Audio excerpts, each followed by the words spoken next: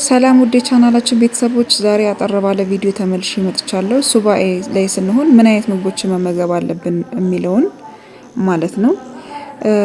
አዲስ ቻናል እንደመሆኑ መጠን ሰብስክራይብ እያደረጋችሁ ብትከታተሉኝ ደስ ይለኛል። ሱባኤ እንግዲህ ስንገባ ጸሎት፣ ጾም፣ ስግደት ነው ማብዛት ያለብን ከእግዚአብሔር ጋር የምንነጋገርበት መልስ ያለው ሱባኤ ለማግኘት አነስ ያለ ምግብ ወይ ደግሞ ቆሎ እንደ ገብስ ቆሎ አሊያም ደግሞ ሽምብራ ይሄኛውን ሽምብራ ማለት ነው ዘብዝፈን አሊያም በሱ አንድ ብርጭቆ የምትሆን በሱ እንግዲህ በሱን እየተጠቀምን ነው ሱባኤ የምንገባው። ካልሆነ ደግሞ ሽምብራው በጥሬ የማይመቻችሁ ከሆነ የሚከብዳችሁ ከሆነ ሽምብራው እንደዚህ ቆላ አድርጋችሁ ምንም አይነት ነገር ሳታስገቡበት እንዲህ ማዘጋጀት።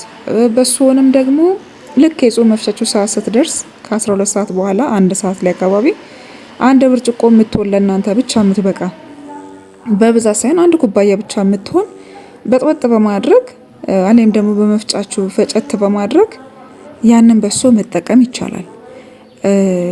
አጉል ሆድን ለማጥገብ ሱባኤ አይገባም። ሱባኤ ጸሎት ብቻ ነው። በቃ ጸሎት፣ ስግደት፣ ቆሎስ ቢሆን በቃ አጉል ለመጥገብ ብዙ መብላት የለብንም።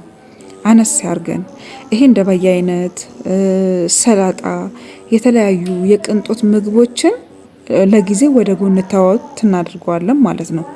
ምክንያቱም ምንም ቢያምሩ እንኳን መብላት አያስፈልግም። በሱባኤ ወቅት ሱባኤ ላይ ጸሎትና ጸሎት ብቻ ስለሆነ እንዲሁ በጸሎት መትጋትና ከእግዚአብሔር መልስ ያለውን ሱባኤ መጠበቅ ስለሚሻል ቀለል ያለ ነገሮችን በመጠቀም ከእግዚአብሔር ጋራ መነጋገር ነው የሚሻለው። ስላደመጣችሁኝ አመሰግናለሁ። ላይክ እና ሰብስክራይብ እንዳይረሳ። እወዳችኋለሁ። ቀጣይ በሌላ ቪዲዮ እስከምንገናኝ ቻው፣ ሰላም ቆዩልኝ።